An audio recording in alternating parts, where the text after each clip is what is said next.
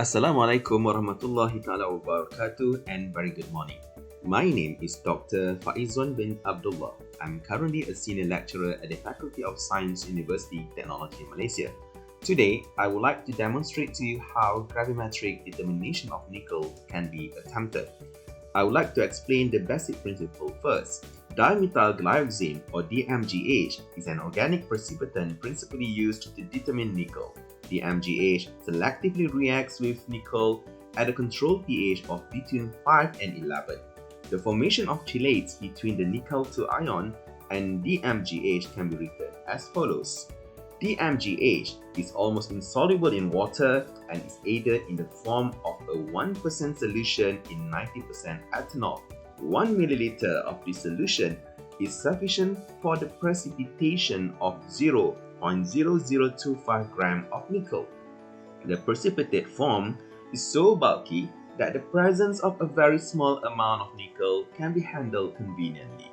Nickel is normally precipitated by adding the MgH reagent to a hot acidic solution of nickel-2 ion, which is then made basic by addition of ammonia. Only a slight excess of the reagent should be used since the MgH is not very soluble in water or in very dilute ethanol and may precipitate if very large excess is added.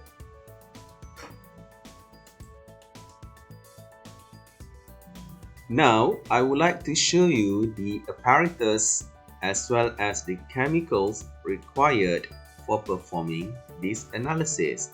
As you can see, we require quite a lot of things on our table now. First, we require the use of concentrated nitric acid. Here it is, concentrated nitric acid. Then we require the use of DMG in alcohol. We also require the use of urea, ammonium hydroxide in dilute form, nickel sample solution, litmus papers, several volumetric flasks, a thermometer, sintered glass crucibles, a desiccator with silica in it,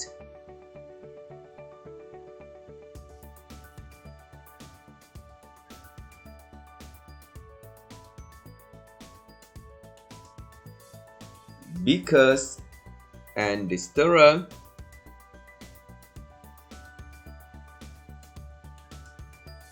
pipette filling and the pipette itself,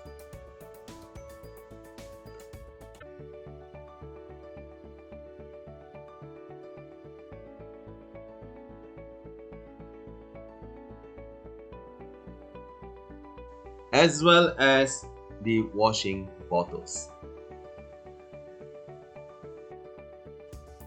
Now, the first step of doing this experiment is by pipetting 50 ml of nickel sample solution into a 100 ml volumetric flask. Dilute to the mark with distilled water, followed by mixing the mixture thoroughly. So this is how we are going to do it.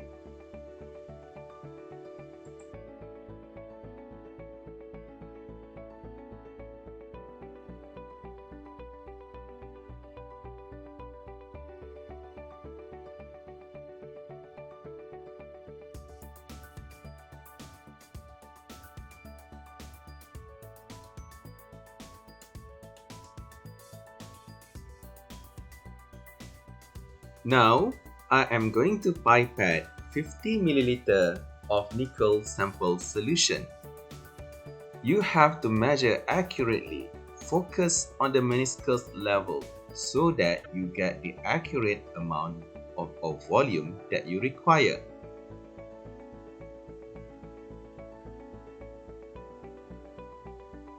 It can be a little bit tricky somehow, but you need to get to the meniscus.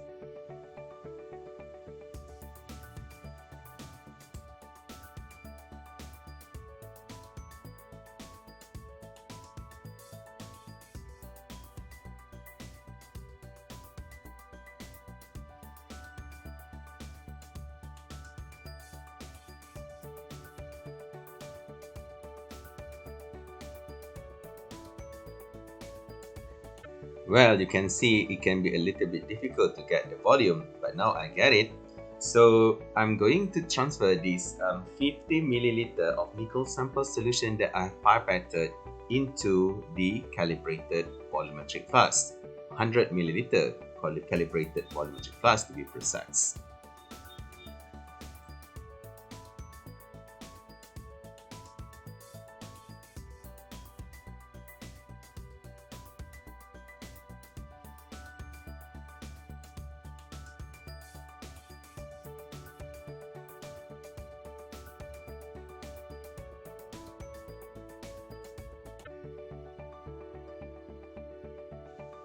Upon completion of transferring the sample into the volumetric flask, the next step is to dilute it using distilled water up to the 100 mark for the volumetric flask.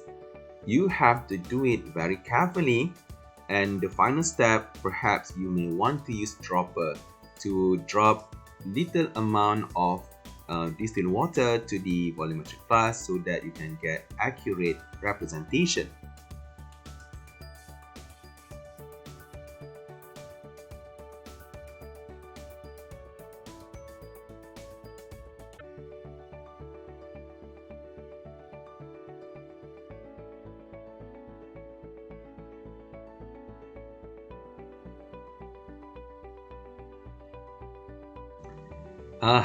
Finally. Now, what I'm going to do is I'm going to mix it thoroughly by flipping the volumetric flask like this up and down for several times to ensure homogeneity of the solution. Now, what I'm going to do is I'm going to transfer this solution into a beaker. And from this beaker, I am going to pipette 25 milliliter of each of the solution into 3 different 250 milliliter beakers for the subsequent steps.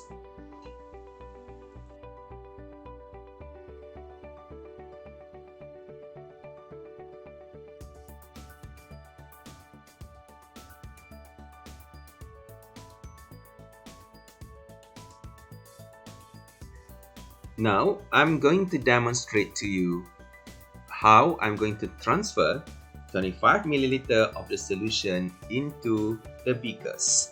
Look carefully, accuracy is very important, especially when you look at the measurement.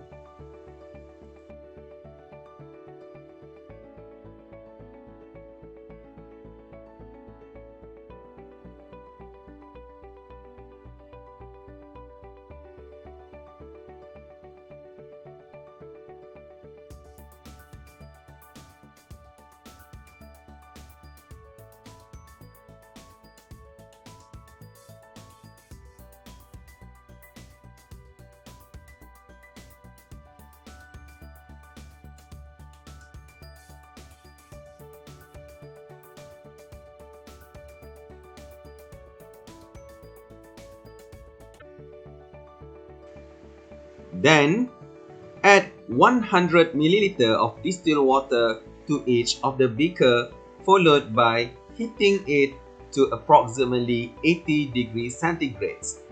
You have to check the temperature to make sure that the solution has reached that particular temperature by using a thermometer. And when you do so, please make sure that you rinse the thermometer to ensure that you are not going to move out any solute from the solution that would affect the accuracy of the determination in subsequent steps. So this step is very important for you to follow.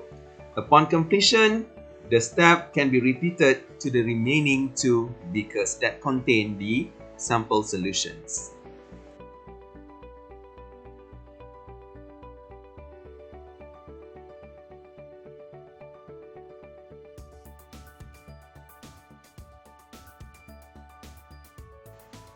Now, I'm checking the solution to make sure that 80 degrees centigrade has been achieved. It appears that the solution has reached that temperature that we wanted. Now, the next step, I'm going to add 10 milliliter of DMG solution into the solution while maintaining at high temperature.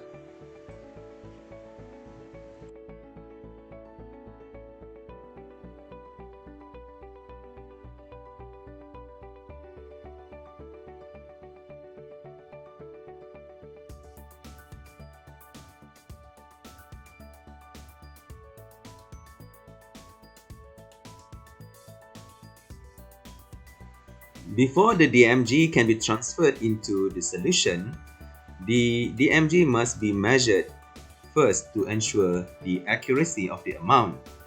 Now, after I'm getting the amount that I'm wanted, I'm transferring 10 ml of DMG into the beaker, followed by stirring. Now you can see the color has changed.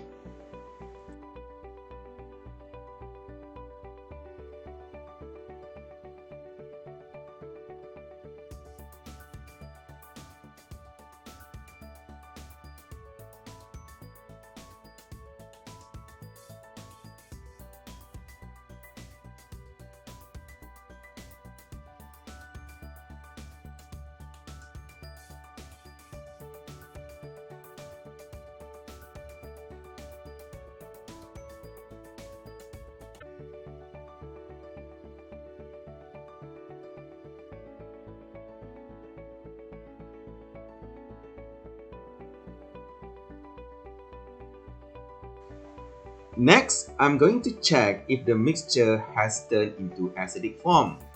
I'm going to use a litmus paper to do that. If the solution is not yet acidic, I'm going to add concentrated nitric acid dropwise until it becomes so. This is how I'm going to do that.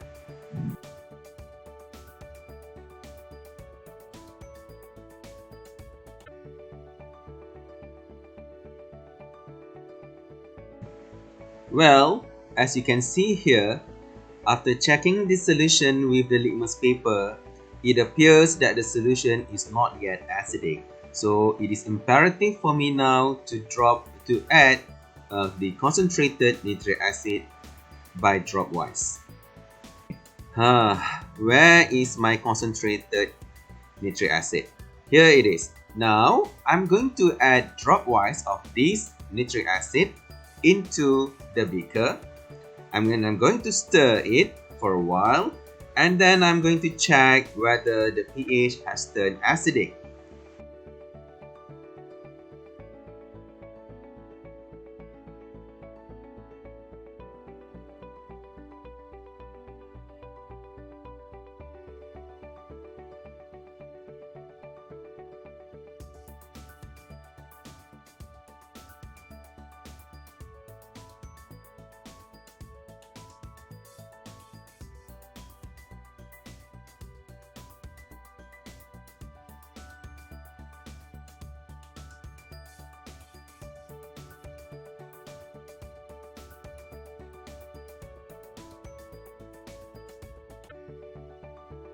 Well, using this litmus paper, it can be seen that the solution has turned into acidic condition. That is fantastic.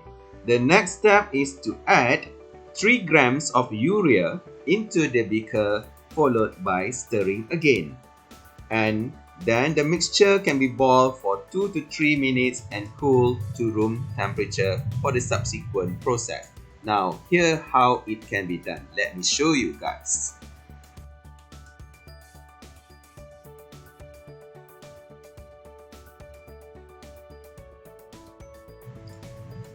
After adding the urea and stirring, followed by heating it to about 2 to 3 minutes, now it's time for us to cool it down.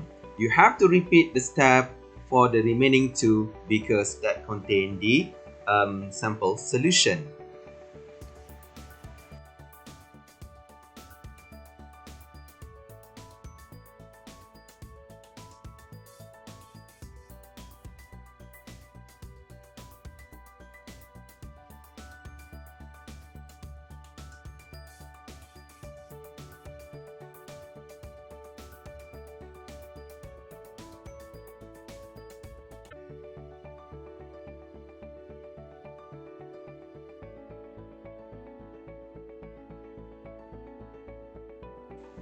Now, I'm going to check my crucibles. It is important that crucibles to be used must be washed with oxalic acid and rinsed using distilled water and let to dry in an oven at approximately 1 degree Celsius.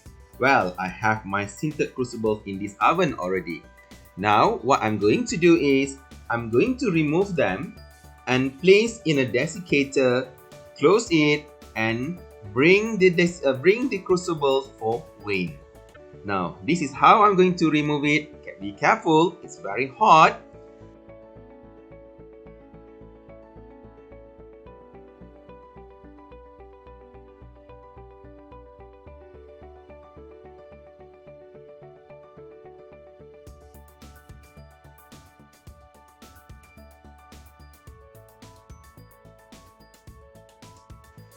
Yeah, now let's go.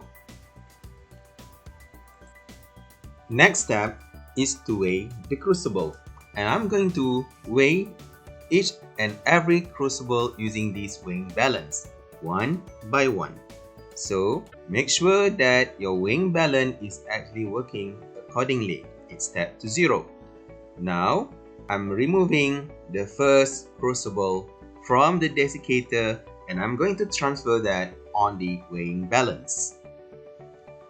Careful, make sure that you place the crucible at the center of the weighing balance and then close the lid. Now wait until the number becomes constant. Wait, look at the number, right? So it's still moving. Wait until it stops. Okay, now you can see that it is stopping, and the weighing, the weight of the first crucible is 5.129 grams.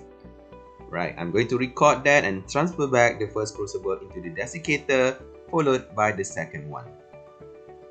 Same procedure. Now let us wait for the number to become constant.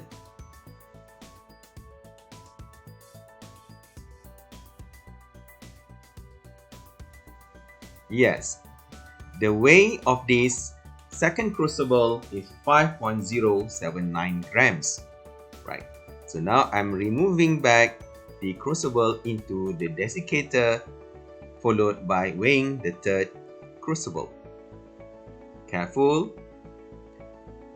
Now I'm moving up the third crucible into the weighing balance.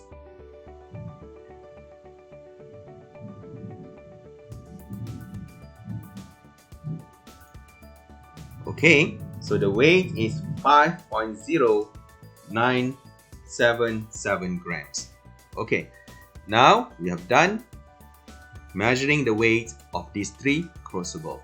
So I'm going to bring the crucible back into the desiccator for the subsequent step. Now, the next step is to add diluted ammonium hydroxide into the cool samples. I'm going to add this ammonium hydroxide dropwise until no further formation of red coloration upon mixing with the solution mixture. I'm going to do this for all the 3 replicates. This is how I'm going to do it, and please make sure that you stir them well.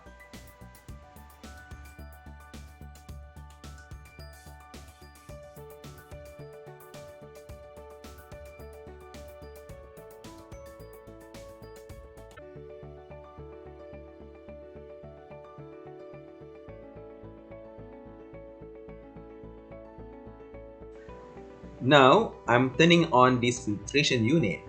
I'm going to filter the each of the replicate through the weight sintered crucible using the suction filtration.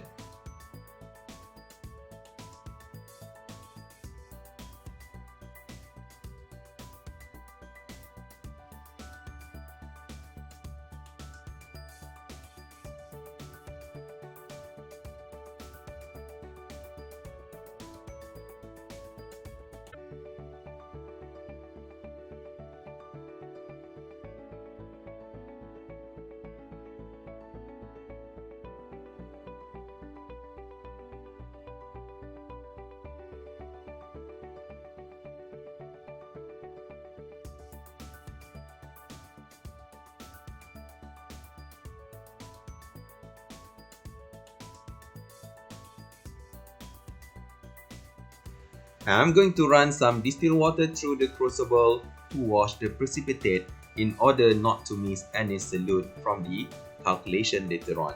So this is very important to ensure that you have as accurate result as possible.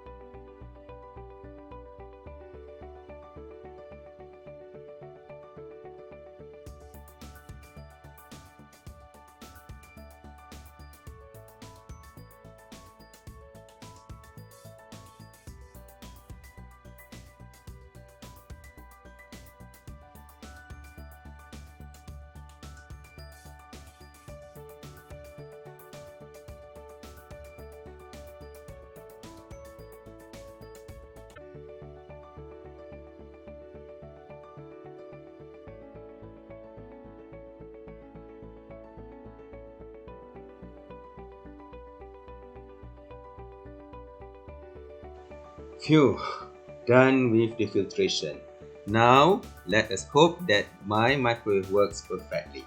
So the next step is we have to dry the crucible in this microwave using medium power for about 4 minutes before cooling it down in a desiccator and followed by weighing again. We have to repeat this process twice or more until we have reached the constant weight. So please be aware that handle hot crucible with tongs or towels. Place crucible in desiccators between weighing. So these steps are very important.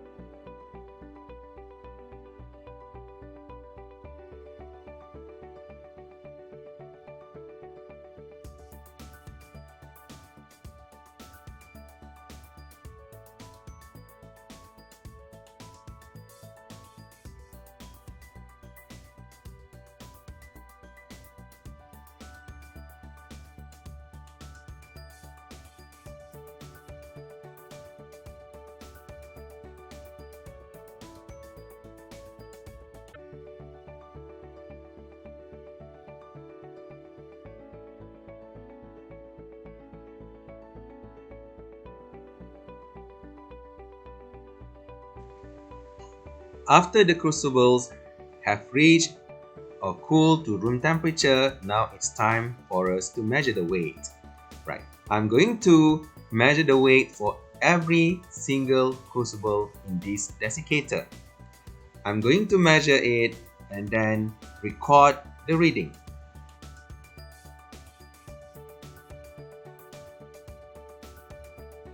I have to repeat this process, the drying and weighing process, at least 2 or 3 times until the constant weight can be achieved.